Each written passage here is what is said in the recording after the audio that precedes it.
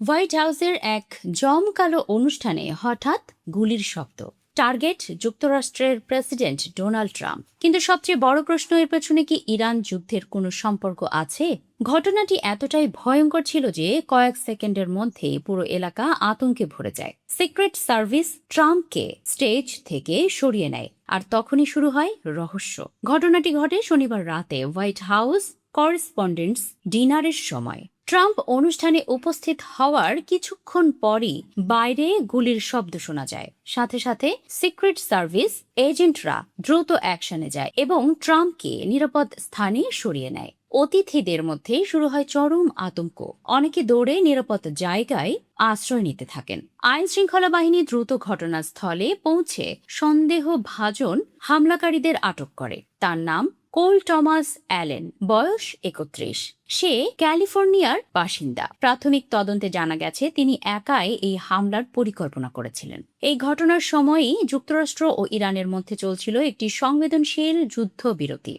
ফলে অনেকেই আশঙ্কা করেন এটি হয়তো বড় কোনো যুদ্ধের সংকেত। কিন্তু সব জল্পনা থামিয়ে ট্রাম্প নিজেই জানিয়ে দেন, আমার মনে হয় না এর সঙ্গে ইরানের কোনো সম্পর্ক আছে। তিনি আরও বলেন এটি সম্ভবত একজন লোন অ্যাটাকারের কাজ। ট্রাম্প আরও বলেন তাকে লক্ষ্য করেই সম্ভবত এই হামলা চালানো হয়েছিল। তিনি আটককৃত ব্যক্তিকে একজন একক সন্ত্রাসী হিসেবে উল্লেখ করেন। ঘটনার পর প্রেসিডেন্ট ট্রাম্প সম্পূর্ণ নিরাপদ আছেন এবং তিনি এক ট্রুথ সোশ্যাল পোস্টে আইন শৃঙ্খলা বাহিনীর সাহসিকতার প্রশংসা করেছেন। বর্তমানে পুরো এলাকা কঠোর নিরাপত্তার চাদরে ঢাকা রয়েছে এবং FBI সহ অন্যান্য সংস্থা বিষয়টি আরও খতিয়ে দেখছে।